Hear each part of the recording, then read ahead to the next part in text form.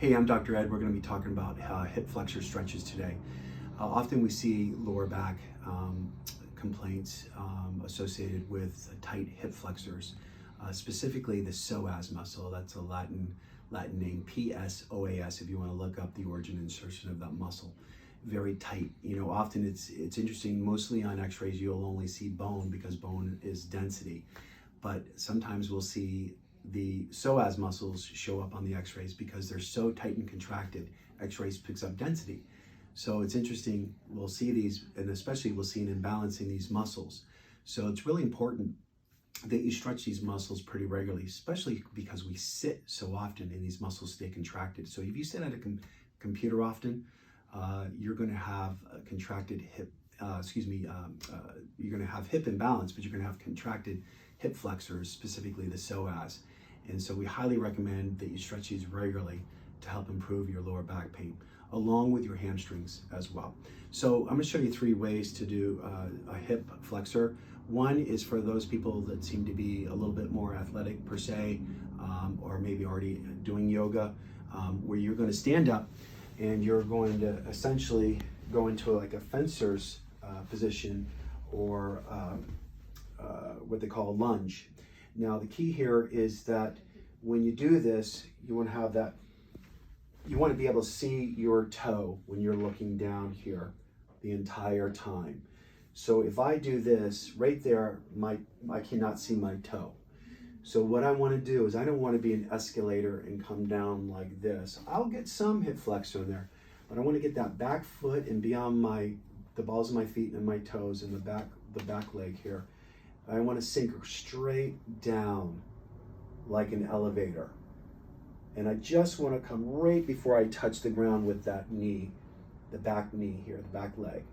And I want to hold that for, again, a good 10 seconds each side. Okay, and then I want to come straight up like that. That's how you're going to get the most out of that hip flexor in this stretch. Remember, you must see your knee the entire time you go down, or you see your toes the entire time that you go down.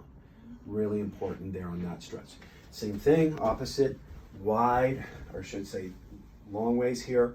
Get that foot up, and just gonna move this. And if you need to hold on to a chair right here, that's fine. Grab something right there. Whittle that foot back in the back there, the back leg. Again, you're gonna come straight down, sink into it. That knee should just barely be above the floor when you come down, and straight back up, and you want to be able to see the toes the entire time. That's one way of doing it. The second way is what we call a couch stretch, or a chair stretch, and you want to hook your foot on the couch or the chair, and just like this, and you're going to come down. Now, the tendency is to actually come out and you'll be away from the couch, a good foot sometimes. The key is to this stretch is to get the knee against the base of the couch and come up just like this. Literally come straight up. What's going to happen is you're going to want to be out here first, which is fine. You won't be able to get your knee any further towards the base. You can do this against the wall as well, where your foot's against the wall. Obviously, you would take your shoe off and you want to touch your knee to the baseboard. Okay? So at first you're going to be like, oh, I can't really come up. It's too painful. But eventually what happens is you get that foot or that knee back further against the baseboard or the base of the couch or the chair, and then you slowly come up and stretch.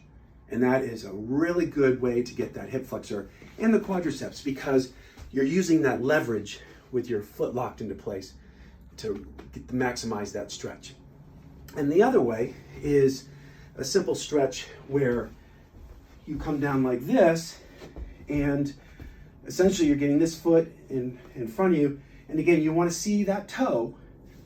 So it's modified from the lunge stretch, or a warrior pose per se in yoga, where you're just pushing. You take your thumb right at the belt line and you push forward and stretch. And you do get some good leverage on this one as well.